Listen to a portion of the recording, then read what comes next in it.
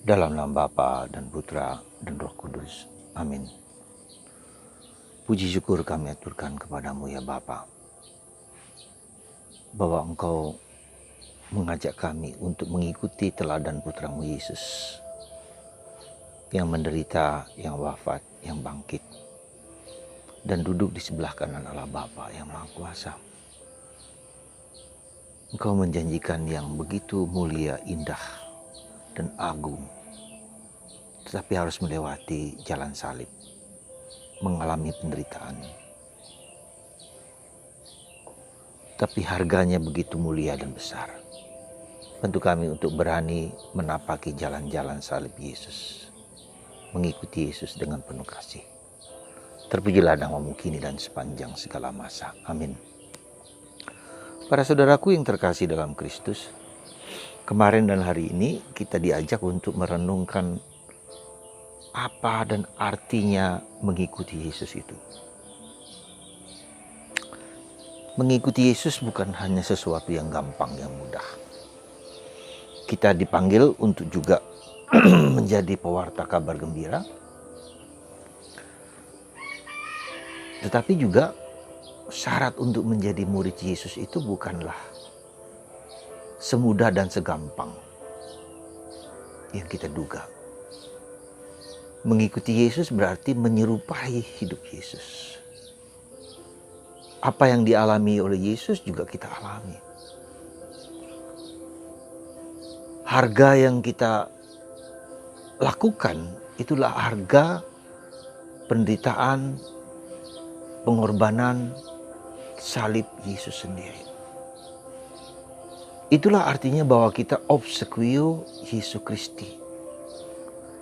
Mengikuti Yesus secara fisik,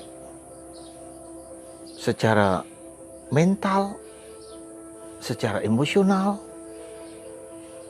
bahkan secara rohani sekalipun. Dan itulah harga yang harus kita bayar. Maka ketika kita tidak mau dan tidak bersedia berkorban dalam hidup kita, menjadi sesuatu yang pertanyaan yang besar. Dan itulah yang menyebabkan beberapa murid Yesus ketika ditantang, apakah kamu juga tidak mau menerima pengajaranku? Dan beberapa orang pergi meninggalkan Yesus. Hanya Petrus kemudian berkata, kepada siapa lagi kami akan pergi? Karena Engkaulah sumber kehidupan, sumber keselamatan, sumber kebahagiaan. Dan Yesus mengatakan, ketika kamu menerima aku, kamu menerima dia yang mengutus aku, yaitu Bapa. Seperti Bapa menempatkan aku di sebelah kanannya, demikian pun kamu akan ditempatkan di tempat yang layak dan pantas di hadapan Allah. Saudaraku yang terkasih dalam Kristus, dalam penghayatan dan pengalaman hidup rohani, kita harus sampai kepada titik yang ini, titik ini. Ya. Kesediaan berkorban, kesediaan memberikan diri, kesediaan untuk mati terhadap ego kita, kesediaan untuk mengosongkan diri, kesediaan untuk aspek sakrifisial, aspek korban. Dan itu nggak bisa ditinggalkan, sejak dulu sampai sekarang harus begitu. Ya. Tidak bisa dilunakkan, tidak bisa disederhanakan, tidak bisa. Bahkan Paulus pun murid Yesus yang dikasihi, yang begitu dekat dengan Yesus, dan minta kepada Yesus untuk mengambil duri dalam tubuhnya, dalam raganya. Dan Tuhan mengatakan, kasihku sudah cukup bagimu. Kasihku sudah cukup bagimu. Dan itu diulang 3 kali. Dan Paulus dalam karya-karya kerasulannya tidak ada cara lain kecuali aku satu-satunya pewartaanku adalah mewartakan Kristus yang menderita, yang wafat, yang disalib, dan bangkit. Paulus tidak mengubah dan tidak mau mengubah Meski ada orang-orang yang mengatakan yang berbeda tentang Yesus, tapi Paulus tidak. Hampir semua murid mengalami kemartiran kecuali Yohanes Rasul yang meninggal kurang lebih tahun 96, sekitar itu. Ya. Nah, saudaraku yang terkasih dalam Kristus, kita mungkin juga bertanya-tanya dalam hati, dalam diri kita masing-masing. Pandemi ini, COVID ini, yang rupanya ya dalam tanda petik lah mengerikan, menakutkan, yang kita tidak tahu persis. Seperti musuh yang tidak kelihatan, yang kita mau tebas dengan parang, tetapi kita tidak nampak dan kena pada kita. Tidak bisa kiri, tidak bisa kanan, tidak bisa atas, tidak bisa bawah, tiba-tiba kena terpapar dan harus menderita. Dan ketika kita mengalami seperti itu, kita mengalami kesendirian. Kita lihat saudara-saudari kita lihat di koran, kita lihat di TV, kita lihat di medsos yang menderita COVID sendirian di tempat itu. Tak bisa berdoa, tidak bisa berpikiran, perasaan, badan, raga, kacau balau. Maka di saat seperti itulah, ketika orang tidak mampu lagi menggunakan daya-daya afeksinya, daya-daya esensisnya, panca inderanya, apa yang harus kemudian bekerja, apa yang kemudian bisa kita andalkan, yaitu adalah berdoa dengan roh dan kebenaran. Nah, Anda mungkin tidak bisa mengerti, tidak membayangkan apa yang dialami oleh Santo Yosef. Saya menangkap Sleeping Joseph, patung Sleeping Joseph yang tidur, yang menjadi kesukaan dari paus kita, itu menunjukkan suatu sikap batin yang mendalam. Secara virtual mengatakan hidup Allah, hidup kontemplatif, hidup mistik, itu adalah seluruh daya-daya sensis kita, panca indera kita, pikiran, perasaan, raga, tidak lagi berfungsi. Dia harus dalam tanda petik dimatikan, ditidurkan, supaya roh menjadi hidup. Ya. Dan dia menangkap, ketika dalam tidurnya itu dia menangkap kehendak Allah dalam dirinya. Ambillah Maria, istrimu, ya, yang telah mengandung karena Roh Kudus, dan harus kau beri nama Immanuel, Tuhan beserta kita. Ambillah dia, anakmu dan istrimu, untuk pergi ke Mesir. Kembalilah dari Mesir menuju ke Nazaret. Santo Yosef adalah simbol kita di masa pandemi ini. Ya, di masa pandemi ini, tahun-tahun Santo Yosef ini, kita memasuki bukan hanya misteri Yosef yang melindungi, menjaga keluarga Nazaret, yang menjaga keluarga kita.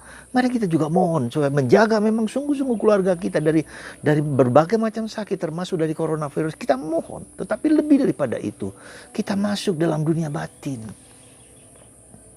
dalam dunia roh. Ya. Nah, kalau kita mau masuk dalam dunia roh seperti itu, dunia batin itu tidak harus ada latihan. Ya, kalau kita tidak latihan sejak sekarang di saat-saat seperti ini, latihannya apa? Sederhana. Anda daraskan, Anda rapalkan. Di dunia orang Islam mengatakan rapalkan, doa rapalan. Datanglah Roh Kudus. Terus diulang-ulang. Ya, saya katakan sungguh-sungguh ini serius loh saudara. Supaya melatih kita, roh kita menjadi hidup. Datanglah Roh Kudus setiap hari. Kurang lebih 100 kali. 2 kali putaran rosario. Ya. Coba dalam seminggu, dalam 10 hari ini Anda doakan, rapalkan, datanglah Roh Kudus, datanglah Roh Kudus. Atau darah dan air yang memancar dari hati kudus Yesus, sembuhkan aku dan keluargaku. Coba itu Anda rapalkan. Dan dalam 10 hari ini menjadi 1000 kali. Setelah itu Anda sampaikan kepada saya, apa makna, apa dampaknya bagi hidup Anda. Ya. Saya sudah menjalankan itu. Dan Tuhan juga menyembuhkan saya. Tuhan berbelas kasihan kepada orang yang hatinya terikat kepada Tuhan. Bahagiaku terikat pada Yahweh. Mazmur, referen Mazmur, tanggapan yang selalu diulang-ulang di gereja. Bahagiaku terikat pada Yahweh. Nah, untuk itu kita harus latihan. Jadi bagian kita dari kita itu adalah kita sebetulnya diajak untuk berkorban, mengorbankan diri. Jadi dengan melatih, mendaraskan, merapalkan doa-doa itu. Nanti sampai roh dalam diri kita berdoa untuk kita. Dan ini serius, itu Paulus mengatakan kepada kita. Bukan lagi aku berdoa untukku, tetapi roh dalam diriku berdoa untuk aku. Bukan lagi dengan mulut, bukan lagi dengan pikiran, bukan lagi dengan perasaan, tetapi dengan rohku. Roh Tuhan yang ada dalam diriku. Dan dia dalam keluhan-keluhan yang tak terungkapkan berkontak kepada Allah yang adalah roh. Saudaraku yang terkasih dalam Kristus, kenapa Kristus itu menjadi sentral bagi kita? Karena Yesus adalah Allah dan manusia. Dia 100% Allah dan dia 100% manusia. Dan kita adalah manusia yang 100% manusia yang belum roh. Maka kita mohon Yesus sebagai jembatan kita menuju ke Allah yang adalah roh. Murni. Maka ada jembatan. Yesus itu adalah jembatan antara manusia yang manusiawi, yang 100% Allah yang roh 100%. Maka dia menjadi jembatan kita. Itulah kekuatan kita orang Katolik. Dan dalam puncak dari semua jembatan itu adalah apa? Ekaristi. Jembatan itu dalam bahasa Latin disebut pontifex. Maka paus kita disebut menjadi jembatan antara gereja dan Allah. Pontifex, ya, dan luar biasa. Gereja melihat dirinya sendiri sebagai tubuh mistik Kristus. Yesus adalah kepala. Dia menjadi jembatan antara manusia, antara gereja dengan Allah. Bersyukurlah saudaraku terkasih.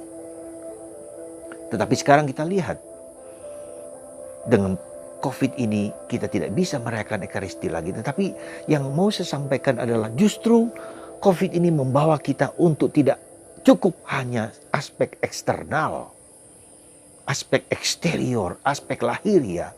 Kita harus masuk ke aspek batin ya.